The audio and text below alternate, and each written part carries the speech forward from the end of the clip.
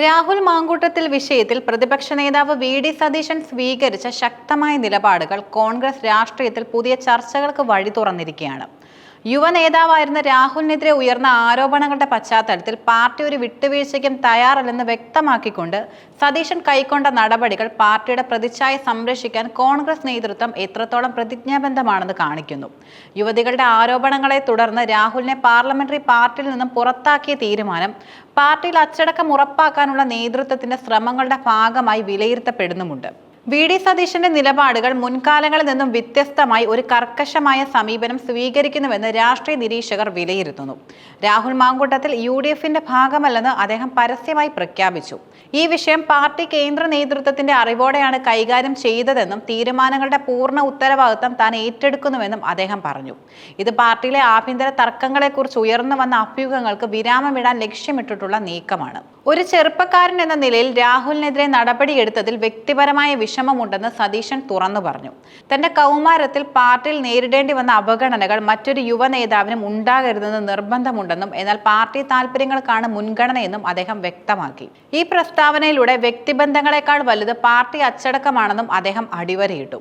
രാഹുലിനെതിരെ നടക്കുന്ന സൈബർ ആക്രമണങ്ങൾക്ക് പിന്നിൽ പാർട്ടി പ്രവർത്തകരല്ല, മറിച്ച് വ്യാജ അക്കൗണ്ടുകളാണെന്ന് അദ്ദേഹം നടത്തിയ പ്രസ്താവന പാർട്ടിക്കുള്ളിലെ വിഭാഗീയത കുറയ്ക്കാൻ ലക്ഷ്യമിട്ടിട്ടുള്ള ഒരു ശ്രമമായും വിലയിരുത്തപ്പെടുന്നു. രാഹുൽ മാങ്കൂട്ടത്തിന് നിയമസഭാ സമ്മേളനത്തിൽ പങ്കെടുക്കുന്നതിന് നിയമപരമായി തടസ്സങ്ങളില്ലെങ്കിലും രാഷ്ട്രീയപരമായ കാരണങ്ങളാൽ അദ്ദേഹം വിട്ടുനിൽക്കാനാണ് സാധ്യത.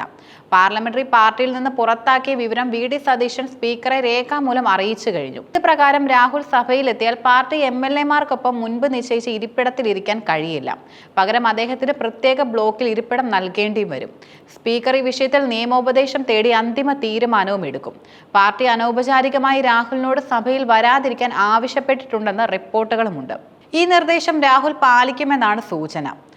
MLA ആയി തുടരുന്നതിന് നിയമപരമായി അദ്ദേഹത്തിന് തടസ്സങ്ങളില്ല.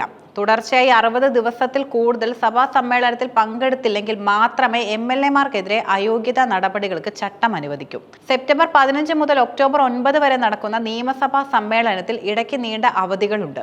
അതിനാൽ നിയമസഭ യഥാർത്ഥത്തിൽ 12 ദിവസം മാത്രമാണ് ചേരുക. അടുത്ത വർഷം ആദ്യത്തിൽ ഒരു ഇടക്കാല ബഡ്ജറ്റ് സമ്മേളനം നടന്നാലും രാഹുലിനെതിരെ നടപടിയെടുക്കാൻ ആവശ്യമായ 60 ദിവസത്തെ ഹാജർ കുറവുണ്ടാകില്ല. ഇത് അടുത്ത നിയമസഭ തിരഞ്ഞെടുപ്പ് വരെ MLA പദവിയിൽ തുടരാൻ രാഹുലിനെ സഹായിക്കും. ഈ നീക്കം രാഹുലിനെ നിയമസഭയിൽ നിന്നും പാർട്ടി സഹപ്രവർത്തകരിൽ നിന്നും അകറ്റി നിർത്തുന്ന ഒരു തന്ത്രപരമായ നീക്കമാണ്. ഒരു ജനപ്രതിനിധിയെ പാർട്ടിയിൽ നിന്ന് സസ്പെൻഡ് ചെയ്യുകയോ മുന്നണിയിൽ നിന്ന് പുറത്താക്കുകയോ ചെയ്ത ആ വിവരം സ്പീക്കറെ അറിയിക്കുന്നത് ഒരു കീഴ്വഴക്കമാണ്. അതിന്റെ ഭാഗമായാണ് പ്രതിപക്ഷ നേതാവ് സ്പീക്കർക്ക് കത്ത് നൽകിയത്. ഒരു രാഷ്ട്രീയ പാർട്ടിക്ക് ഒരു MLA സഭയിൽ നിന്ന് നിയമപരമായി തടയാൻ സാധ്യമല്ല. എന്നാൽ പാർട്ടി നൽകുന്ന ഈ പരോക്ഷ നിർദ്ദേശം രാഹുലിന് വലിയ രാഷ്ട്രീയ സമ്മർദ്ദം സൃഷ്ടിക്കും.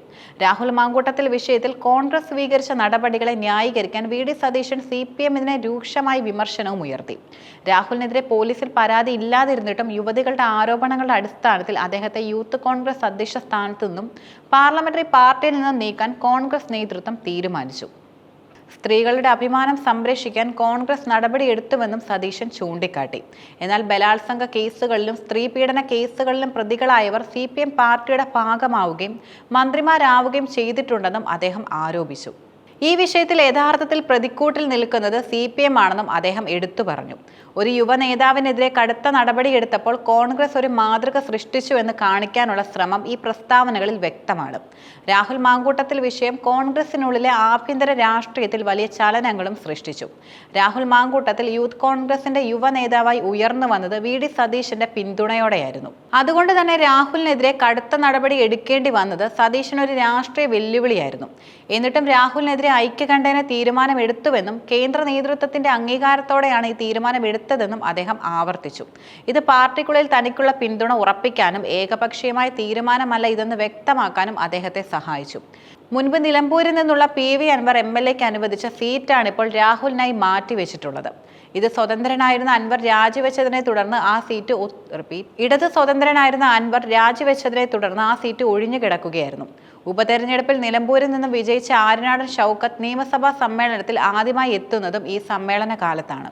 രാഹുൽ മാങ്കൂട്ടത്തിൽ പ്രത്യേക ബ്ലോക്കിൽ ഇരിക്കുന്നതിലൂടെ പ്രതിപക്ഷത്തിന്റെ അംഗബലത്തിൽ ഒരാൾ കുറയും. എന്നാൽ ആര്യനാടൻ ഷൗക്കത്തിന്റെ വരവ് ആ കുറവ് നികത്തുകയും ചെയ്യും. ഇടതുപക്ഷത്തിന് നിലവിൽ സഭയിൽ മൃഗീയ ഭൂരിപക്ഷം ഉള്ളതുകൊണ്ട് ഈ മാറ്റം ഭരണപക്ഷത്തെ ബാധിക്കില്ല. ഈ വിഷയം ഒരു വശത്ത് കോൺഗ്രസിന്റെ പ്രതിച്ഛായയെ ബാധിച്ചിട്ടുണ്ടെങ്കിലും മറുവശത്ത് അച്ചടക്കമുള്ള ഒരു പാർട്ടിയായി സ്വയം അവതരിപ്പിക്കാൻ ഇത് കോൺഗ്രസിന് അവസരം നൽകി. വി.ഡി. സതീശന്റെ നിലപാടുകൾ പാർട്ടിയുടെ യുവജന വിഭാഗത്തിന് ഒരു ശക്തമായ സന്ദേശവും നൽകുന്നു. രാഷ്ട്രീയ വളർച്ചയ്ക്കൊപ്പം വ്യക്തിപരമായ ഉത്തരവാദിത്തങ്ങളും പ്രധാനമാണെന്ന് ഈ നീക്കങ്ങൾ ഓർമ്മിപ്പിക്കുന്നു. വരും ദിവസങ്ങളിൽ ഈ വിഷയം കോൺഗ്രസിന്റെ ആഭ്യന്തര രാഷ്ട്രീയത്തിൽ എന്ത് മാറ്റങ്ങൾ വരുത്തുമെന്ന് ഉറ്റുനോക്കുകയാണ് രാഷ്ട്രീയ നിരീക്ഷകർ. രാഹുൽ മാങ്കൂട്ടത്തിനെ പോലൊരു യുവ നേതാവിന്റെ ഭാവി ഈ സംഭവ വികാസങ്ങളെ ആശ്രയിച്ചിരിക്കും.